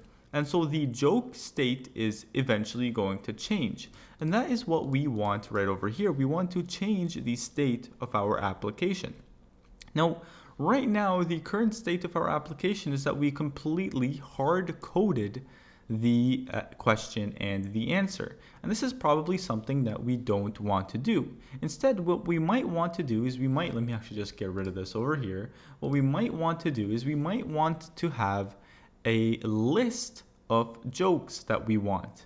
And these jokes could be a list of a map where we have a question that is a question that is, well, the question of the joke, and then the answer, that is the answer of the joke. And to actually add in a piece of state over here inside of the class, what we can do is we can say var jokes, and over here we can say that this jokes is a list. Now over here we can have an object, of course, where we have an array, or we have the key is the question, and then the value is the answer. So I'm just gonna say joke or question 1. And then over here we have an answer key that says answer 1. All right, so this is what we have. And then what we can do here, instead of hard coding this out, what we can do is we can refer to the jokes array or list. So we can say jokes. And then over here, you can see here that it's mad at us because, well, this expects a string. So what we need to do is we need to get the first element in this list. And we can get the first element by doing square brackets 0, because the first element is going to be 0. And then we want the questions key. So over here, we can say another square brackets, and then we can say question. Now, right now, it's a little bit mad at us because it doesn't know that this is a string. It's not able to infer that it is a string. So we can just simply say that, hey, don't worry, this is a string, by saying as string right over here. But now you can see that this has changed to question 1. And now what we can do is, well, when we want to increase the, we want to go to the next question, all we have to do is just change this from 0 to 1. And to kind of show this, I actually went ahead and I copied a bunch of jokes on my clipboard. You can go ahead and either just write these down if you want, or you can just go and copy and paste them. I'll have them in the link in the description below. And now what we can do is save this, and over here we can say 0. And you can see here that we have, let me just refresh this. You might have to refresh it when you make a change like this. What is going on? Why is this not working? Come on. Okay, there we go. So you can see here that the first question that we get is this. And let's actually do the same thing for the answer. So let's take this, copy this down, and instead of hard coding the answer, what we have to do is simply just change this to answer. And so you can see here, we have this. But now when we want to change the next question, all we have to do is change the index to 1 so that it uses this map over here. Now you can see here that it changed it to the pencil question, and then so on and so on. So really the state that we're trying to change is the index. So what we need to do is we actually need to store that state somewhere over here. So we can say joke index, and currently we can just set that initially to 0. And so over here, we can say joke index and then joke index, because this is the number. And you can see that this changes it back to the first one, which is what does a baby computer call its father? Data. All right, so now what we want to do is, well, when we click on this button over here, we want to change the index by 1. When we click on this, we want to subtract the index. So let's actually create a method for this. And I'm going to call this a change joke index. So change joke index. And this isn't going to return anything. All this is going to do is just, well, change the joke. Now, what this is going to take in is a parameter known as the direction. So we know, hey, are we moving next or are we moving to the left? So I'm going to say that this is a required parameter. I'm going to make this a named export. So I'm going to say required string. Actually, you know what? Instead, let's actually make it just string and then the direction. So we can get the direction. And over here we can have a conditional statement. So this is how we do conditionals in Dart. We're going to have if, or we're going to say if the direction triple equals next, then what we want to do is we want to say joke index, and then we want to increment that by 1. We can actually do that through plus plus. And so what this means is, this is kind of the shorthand of doing joke index plus 1. So that's pretty much what it's doing, but we can actually simplify that down to just index plus plus. And then over here we can have an else if clause. And over here we can say direction is equal to, and we can say here previous. Over here, now what we can do is we can do joke index is equal to joke index minus 1, or we can simply simplify this to joke index minus minus. All right, cool. So now what we want to do is we want to, of course, trigger this method call once we actually press these buttons. Well, remember over here we have our on press right here. So what we can do here is we can have a function, and this function can go ahead and call change joke index, and we can supply it with, well, whatever direction. Now this is going to be next over here. And then over here, let's actually do the exact same thing. So over here we have this function. So this is a function call that we're going to call. And then over here we're going to have prev. So if I were to call this, you can see here that everything is fine and dandy. And let's actually, just to double check that everything is called correctly, let's actually print a value to the console. Let's have a colon here. And let's go here. Let's just make this over here. And I'm just going to print here called, just to prove to you that it is called. So to actually see it, let's open up our debug console. And now what I want to do is I want to press this button. So I press this button, and you can see here that we have this kind of highlighting right here. But one thing that you're noticing is that this is not changing. This is not changing at all. But it is being called, because over here you can see that, well, we have this called. We have this print over here. So what is going on? Why isn't this changing? Why isn't the index changing? Well, the index isn't changing for a very, very, very good reason. And that's because we're using stateless widget. And stateless widgets, well, they can't manage state. And so to do this, instead, what we need to actually do is something else called a stateful widget. So you might be thinking, okay, well, let's just change it to a stateful widget. But it's actually not that simple. You can see here that we're getting an error. If I were to save this, this is going to, well, it should probably error out, and it doesn't. But it's not going to work as expected as well. If I were to refresh this, actually, you can see here that we're getting a bunch of errors, and it's not really working. So how do we convert this to a stateful widget? Actually, what is the difference between a stateless and a stateful widget? Well, we'll talk about that in the next section. All right, so now let's actually talk about let's talk about what we have been extending right over here. So we've been extending all of these properties, stateful, stateless widget. Let's actually talk about exactly what this is. Well, a stateless widget, you can probably imagine by the wording, is a widget that does not manage state. And there's a lot of widgets out there that do that. For example, we might have an app bar widget that just renders some text. That doesn't really manage state, so in this case, we're going to use a stateless widget. So really, anything that does not manage state, and there's going to be a lot of widgets out there that don't manage state, we're going to want to use stateless widget. So over here, we're going to use a stateless widget. Now, the way that stateless widget works is we have just one class called stateless widget. So over here, we're going to have stateless, and apologies if you guys hear my cat. We're going to have stateless widget, and this is going to be the very class, and it's going to have the build right over here, and it's going to build the widget. So that is how that works.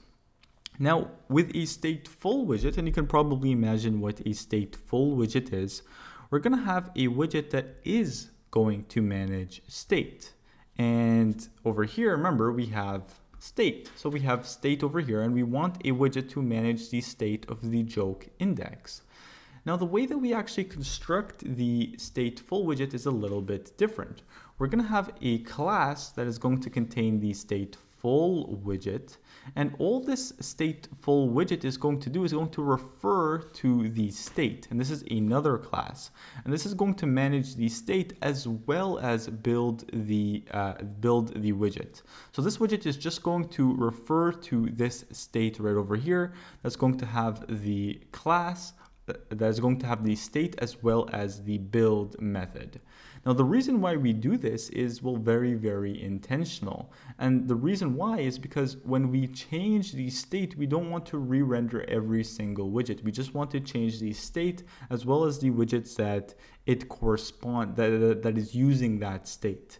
And that way we can actually improve the performance of our application. Now, when we actually go ahead and code this out, there's always going to be that barrier of confusion, but later on, the more and more you create stateful widgets, the more you're going to understand this.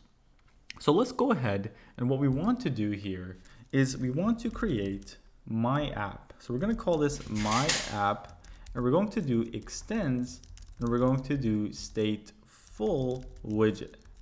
So we're going to do stateful widget. And now over here, what we want is this, the thing that's going to have all of our state as well as the widgets, to be the state. So we can actually call this my app state, and this is not going to extend any widget, it's going to just extend the state. All right, cool. And let's go over here and let's just say stateful widget. Now there's still a few things that we need to do. We need to somehow link this widget to this state over here, and we do that through a very special method that we can get from stateful method called create state. So over here, we're going to say create state, and then this is going to return the state that we want? Well, we want to over here return the my app state. So we're going to go ahead and we are going to call this. Now, of course, what we should always do is also specify what we're eventually going to return. So we're going to return a state. And really, this is just going to be a stateful widget that we are returning.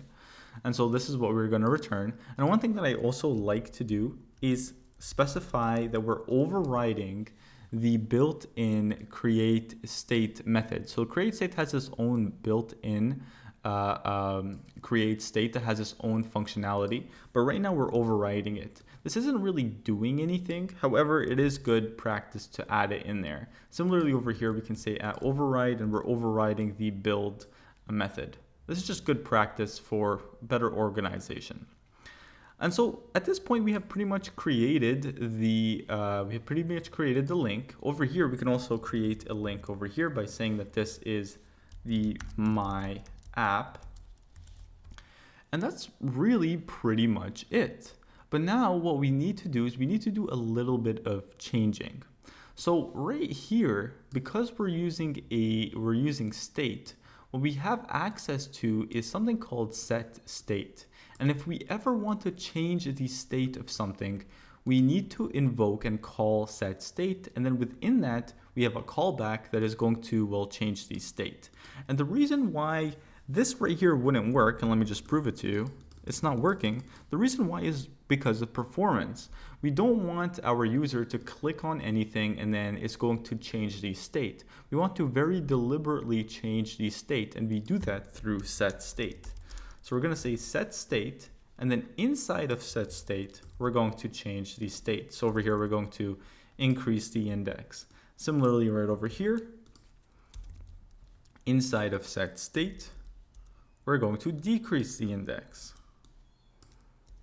All right, so now if I were to save this, and if I were to click on next, fingers crossed, this should work.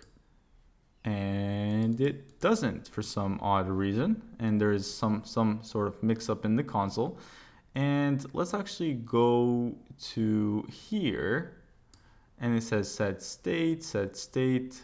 It's not working for some odd reason. My app.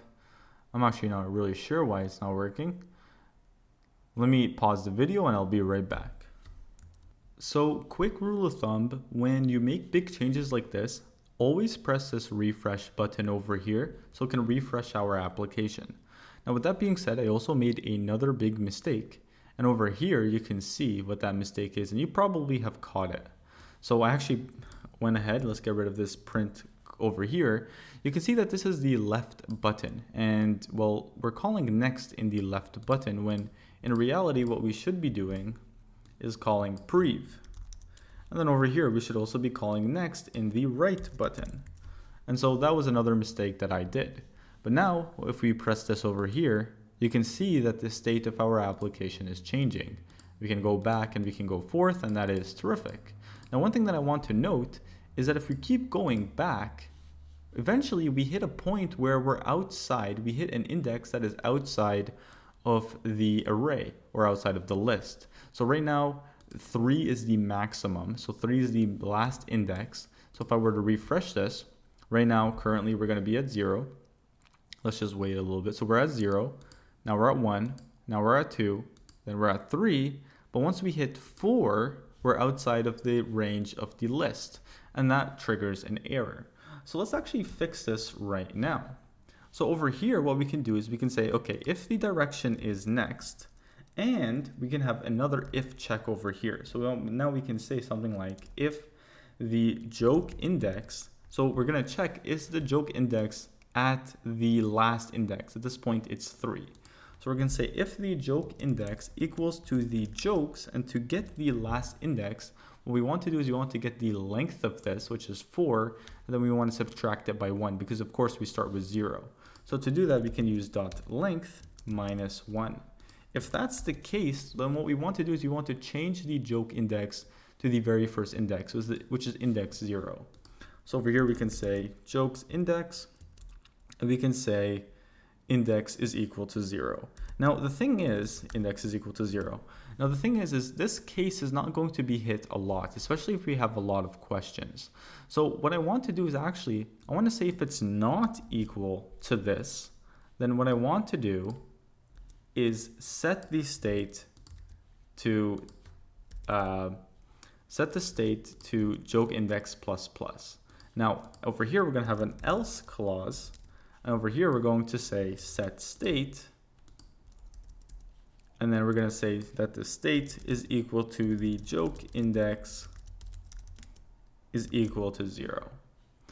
So that's pretty much it. So that is that one fix. Let's get rid of this print that I added to see if everything was working fine. And over here, we're going to do the exact same thing. Now, in this case, in the previous case, we're going to check if it's equal to 0. If it is equal to 0, then we don't want to go to -1. What we want to do is we want to go to the last index, which is 3. So over here, let's have a check. We're going to say if joke index is not equal to 0. So if it's not equal to 0, and over here we have a mistake, let's do that. Then I want to set the state to joke minus minus, else, so in this case, if it is equal to 0, then I want to set the state to joke index is equal to joke index dot length, or sorry, jokes dot length minus 1.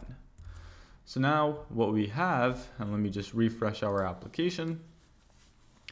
So now what we have is, you can see here that we have this complete iteration. So you can see here, everything is completely fine. So let's actually go through some of the jokes, because we have pretty much built out the UI. Like the functionality is completely done. There's a few more sections I want to go through, but we're pretty much done. So you can see here what a pencil with 2 erasers is called. Pointless, really funny joke. Why is the calendar always scared? Because its days are numbered. Ha ha ha ha ha. Very funny. What do you call a fish with no eye? Well, fish with no eye. Over here. And what does a baby computer call its father? Data. And you can see here we're iterating through the jokes. All right, cool. And that's pretty much the functionality of our application. Now, one thing I do want to note is that our application is getting a little bit messy. Now, this is a relatively small application, but with larger and larger applications, what we don't want to do is we want to have our whole application in one file. That's not really what we want to do. We want to split out the functionality of our application into multiple files. So let's actually do that in the next section. Now that we have built out our application and the functionality of the application, let's talk about the problem that I've illustrated at the end of the last section. Currently, all of the logic is housed in this one file, the main.dart file. And that really isn't a good approach. And the reason for this is because once our application grows and grows, it's not going to be very maintainable. We might have a file that might have hundreds of thousands of lines of code. So it's going to be a better approach to split out our applications into multiple files, or our application into multiple files. So to kind of illustrate what's happening here, right now we have this one file, and in here we have the My App widget. And within the My App widget, we're nesting all of the logic. Now, what I want to do is I want to split out the logic. So over here, I might want to have the question inside of its own Dart file. So something like question.dart. And over here, an answer.dart file, and then a button.dart file. And so I want to create these custom widgets and then put them inside of their own files, and then just import them into where they need to be. So I'm going to import the question file over here, the answer widget over here, and then the button widget over here. And that is exactly what we are going to be doing. So let's actually start very, very simple. Let's over here we have this container that is housing our question widget. And instead, what I want to do is I want to create a custom widget. So we eventually have something like question, and then over here we can pass in whatever question that we want. Well, currently, obviously, it's going to fail because, well, we have none of that. And so what we can do here, and let me just get rid of that, what we can do here is let's create another file. And in here, I'm going to create a question.dart file. And this is going to be a stateless widget. Yes, it's going to have this state over here, but this state is going to be managed in the My App widget. Really, this is all this is doing is getting a string and just rendering it. So it's going to be a stateless widget. Now to do that, of course, we have a bunch of things that we need to do. For instance, we need to first, let me move this out of the way. We need to import material Dart. Then we need to define it, and we're going to say question. And then we're going to say extends, and we're going to say stateless widget. So this is a stateless widget. And of course, now we need to build a widget. So let's go over here and let's say we're going to override the build function. So override that. And let me just remember here, if over here. So what we want now is we want the widget method that obviously returns a widget. So we have that build method that's going to return a widget. We're going to have the build context. We'll talk about this build context in a future video. Do not worry. And over here, what we want to do is we want to just return a widget. Now, what is the widget that we want to return? Well, we want to return this over here. So we want to return this container. So let's actually just copy this and paste it right in here. And let's just fix some of this indentation. So you can do command and then curly brace, the curly brace that is facing the right side. And then over here, now you can see that we have our widget, and we can actually just go ahead and close this off, and that is terrific. But here's the thing. Right here, we're passing in the joke. Now, the joke is actually managed right here inside of our main.dart file. So how do we get the string, this string over here, or this string, inside of this main.dart file? Well, this is where the object-oriented lesson really comes into place. Because over here, what we're going to do is we're going to use a constructor. So we're going to say here, we're going to say string, and we're going to say final string, and then this is going to be the question. So the question. And then over here, we're going to use the constructor. And to get the constructor to actually make this a valid value, we're going to use a named import, and we're going to say this dot question. And so here now, what we have, and we have to make this required. So we're going to say required this dot question. And now what we can do is we can say this, just question over here. And so just to refresh yourself, now what we can basically do is say question. So you can use the question widget. And then what we can do is we can pass in, well, the question itself. So we can say question and then whatever the question is. So over here inside of this Dart file, to get access to this widget, what we can do is we can import. So we can do an import to that file, which is going to be question. So --question.dart. And so we're going to go ahead and import that. And now we're going to have access to that question widget. So in here, what we can do is we can say question, and we can say question, and then, well, what is the question going to be? Well, it's going to be this. So this is going to be the question. So let's copy that, and let's go ahead and paste that in there. And over here, we're going to use question instead of answer. So now, if we were to refresh this, you can see that it's still working as expected. Now, I encourage you to do the exact same thing, but this time with the answer. So I'll give you guys 3 seconds. 3, 2, 1. Hopefully you paused the video. But now we can do answer.dart. And similarly, I'm just going to go ahead and just copy what we have here. I'm just going to change some things. I'm going to change this to answer. I'm going to change this to answer. And I'm going to change this to answer. And similarly over here, I'm going to change this to answer. All right, cool. Now, of course, we need to also change some of the styles. So let's change that.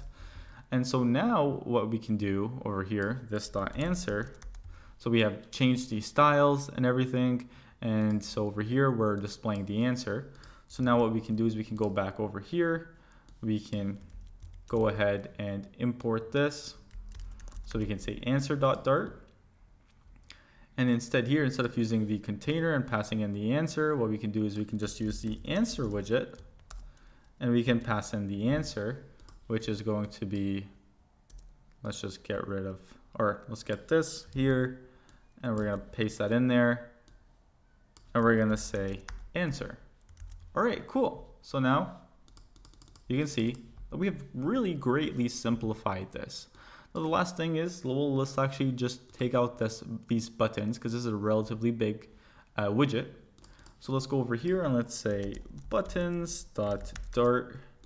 And honestly, I'm just going to go ahead and just copy this.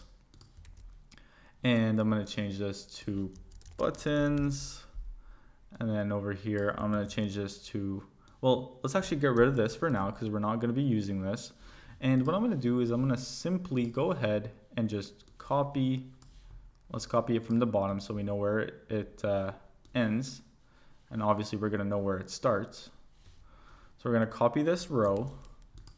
And we're going to go ahead and we're just going to paste it right in there. So we're going to paste it right here. So let's just fix some of the indentation a little bit. So let's do this. And over here, let's fix this. Now, one thing that, of course, we need here is this function right here. Now, we're going to actually get this function the exact same way that we got the string from here. So over here, we're going to say final, and we're going to say change joke index. And this is going to be a function, and this is going to be a function that takes in a parameter. So this is very, very important. The type is going to be a function that takes in a parameter that is a string.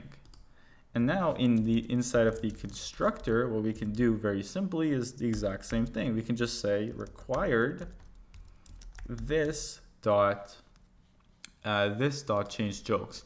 If this is really not making sense to you, I highly suggest going back to the object-oriented lesson, because this is exactly the same as what we're doing there. And that's pretty much it. So now what we can do is let's add the semicolon right over here. And now what we can do is we can save this. And then instead of actually going ahead and importing it, what I'm going to do is just get rid of everything. And I'm just going to say the buttons widget. So the buttons widget. And you can see here that it's going to auto import for me. So that's actually just a neat little trick. So it auto imported that for me. And you can see here that it also added the change index and the change jokes. So if I were to save this, you can see here that it works perfectly fine. And our main.dart file is very much simplified. And that right there is reorganizing files. This is the very last section. I'm really proud if you guys went through this whole crash course. In this part, we're gonna go through a very, very simple but important concept known as private properties. Now that we have split out our application into multiple different files, you can see here to get access to whatever it is that we want, all we have to do is just import it from that file. But there are some things that we may eventually not want to import. For example, let's actually go ahead over to this answers over here, and let's just create another class. So we're going to create another class, and we're going to say, I don't know, answers2. This is going to extend the Stateless widget, and we're going to go ahead and we're going to call the build method, and we're going to take in the build context. And then over here, we're gonna, take in the context, and we're just going to, if you guys hear my cat, please bear with me, we're gonna return a text, and that text is just gonna have something like this. And now, because inside of our main.dart file, we imported the answers Dart file, we're actually gonna have access to this class as well. So what we can do over here is say, answers2, and you can see that it actually auto imports. And if I were to save this, we can see here that we see that right there.